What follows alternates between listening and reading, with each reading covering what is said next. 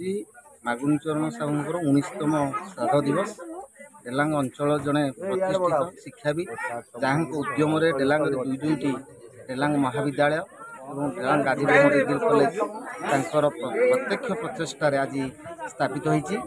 ଯାହାଙ୍କର ଶ୍ରାଦ୍ଧ ଦିବସରେ ଆଜି ପ୍ରତ୍ୟେକ ବର୍ଷ ଭଳି ଏ ବର୍ଷ ମଧ୍ୟ ତାଙ୍କର ପ୍ରତିମୂର୍ତ୍ତିରେ ଆଜି ମାଲ୍ୟାର୍ପଣ କରାଯାଇଛି ଏବଂ ତାଙ୍କର ସ୍ମୃତିଚାରଣ କରାଯାଉଛି। ମୁଁ ଶ୍ରୀ ଲୋକନାଥ ବେହେରା ସପ୍ତମ ଡେଲାଙ୍ଗ କୋଠଘର 97ରୁ 1997-2007 ଆଜିର ମାଗୁଣୀଚରଣ ସାହୁ ପୂର୍ବତନ ସପ୍ତମ ଡେଲାଙ୍ଗ କୋଠଘରର ପ୍ରତିଷ୍ଠାତା ତାଙ୍କର ଶ୍ରାଦ୍ଧ ଦିବସ। ଆଜି ଯାହା ହଉ ଆମେ ସହକର୍ମରେ ତାଙ୍କୁ ଫୁଲମାଳ ଅର୍ପଣ କରି ଧୂପ ଦେଇ ବନ୍ଦାପନା କରି ତାଙ୍କୁ ସ୍ୱର୍ଗ ପ୍ରାପ୍ତ କରିବା ପାଇଁ ଏଥିରେ କେଉଁ ମାନ୍ୟଗଣ୍ୟ ବ୍ୟକ୍ତିମାନେ ଉପସ୍ଥିତ ଥିଲେ? ଏଠି ମାନ୍ୟଗଣ୍ୟ ବ୍ୟକ୍ତି ହିସାବରେ